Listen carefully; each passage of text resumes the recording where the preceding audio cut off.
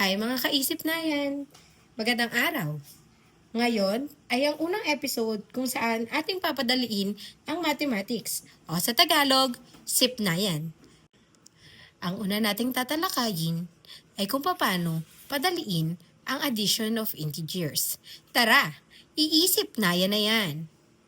Dito kalimitan nahihirapan ang mga bata. Kapag nagbago na yung sign or symbol ng isang integer, nalilito na sila. So, halimbawa, meron tayong 5 plus negative 3. Kalimitan ang isasagot ng bata dyan ay 8. So, ano nga ba yung paraan upang mapadali ang addition of integers? Siyempre, una, isusulat muna natin. Sign, add, and keep. Different, subtract. Keep the sign of the larger number. Hirap isulat. Number. Then, you leave. Atin yan basahin. Same sign, add, and keep. Different, subtract. Keep the sign of the larger number, then you'll be exact. So, paano nga ba ito maaalala ng mga bata? Siyempre, dapat ilapat natin sa kanta. So, alam niyo ba yung kantang Row, Row, Row Your Boat? Yeah! Tara, ilapat natin dito. Same sign, add and keep, different, subtract. Keep the sign of the larger number, then you'll be exact. Again, kayo naman.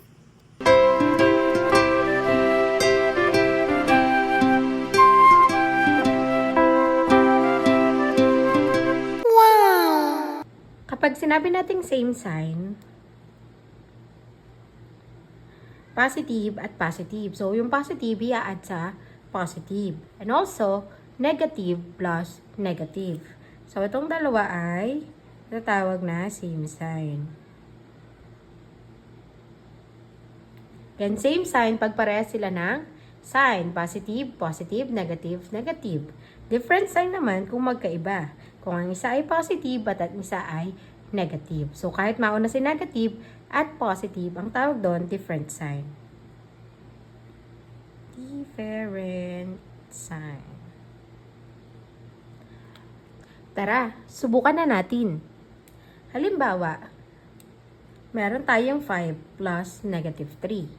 Ano ang symbol ni 5? Diba, positive? Ano ang symbol ng negative 3? Siyempre, negative. Same sign ba sila o different sign? Different sign. So, pag different sign, sabi, different, subtract. So, let us subtract 5 minus 3. 5 minus 3. Ano kayang sagot? 5 minus 3. Ang 5, babawasan natin ng 3. So, yung 5, babawasan ng 3, magiging 1, 2. So, ang sagot natin ay 2. Ngayon, sabi dito sa kanta, keep the sign of the larger number. Ano ba ang mas malaki? 5 o 3? Diba 5? Ano ang sign ng 5 natin? Positive. So, kung positive, hindi na natin siya lalagyan ng positive symbol dito dahil invisible na yon. So, 5 plus negative 3 is 2. Naintindihan ba? Nakukuha ba? Okay, let us try another. Halimbawa naman, negative 5 plus negative 3. Okay, categorize ulit natin. Meron ng 5 na negative at meron ng 3 na negative. Same sign ba o different sign? Negative and negative, same sign. Siyempre. So, pag same sign, sabi sa kanta, same sign, add, and keep. So, same sign daw, add. So, let us add 5 and 3. 5 plus 3. Sige, bilangin natin. 5, 6, 7, 8. Ano po? So, 8. Now, sabi, keep. Keep the sign. So what is our sign? Negative. So the answer is negative 8. And that is correct. Next, we have 5. Negative 5 plus 3. Ano ang sign ng 5? Negative.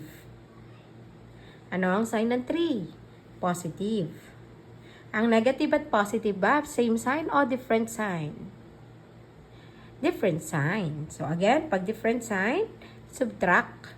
So let us subtract 5 and 3. 5 minus 3. What is 5 minus 3? Again, we have 2. Now, keep the sign of the larger number. So what is larger? Ano ang mas malaki? 5 o 3? 5. Ano ang sign ng 5? Negative. So yung ating 2 magiging negative. So our final answer is negative 2. Oh, wow!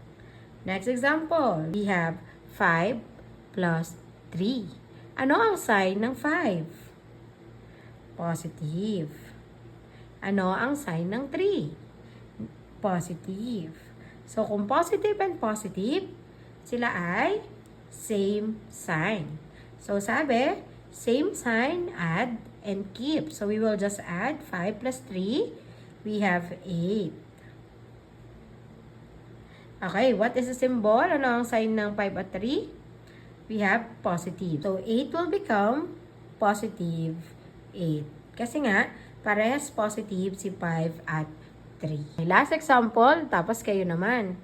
Halimbawa, meron tayong 17 plus negative 25.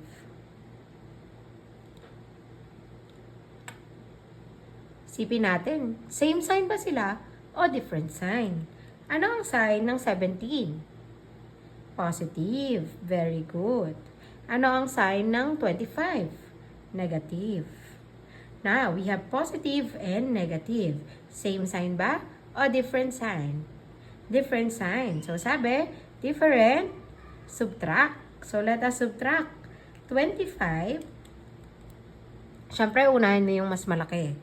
25 minus 17. What is 25 minus 17? Easy. We have 8. Sulat natin 8. Next, sabi ay keep the sign of the larger number. Ano ba ang mas malaki? 17 o 25? 25. So, ano ang symbol ng 25? Negative. So, our answer is negative 8. Paalala, ang symbol at sign ay parehas lamang. Ngayon, ay kayo naman ang sumubok. Tingnan natin ang activity. Isulat ang sagot sa comment section. Activity number 1. Ano nga kaya ang sagot kapag pinag-add ang negative 10 at negative 20? 15 plus negative 5. Number 3, 16 plus 18. And number 4, negative 8 plus 21. Maraming salamat sa pakikinig. Aasahan ko ang inyong mga sagot sa comment section. Again, kung gusto nyo pang matuto, iisip na yan. Maraming salamat. Don't forget to like, follow, and share.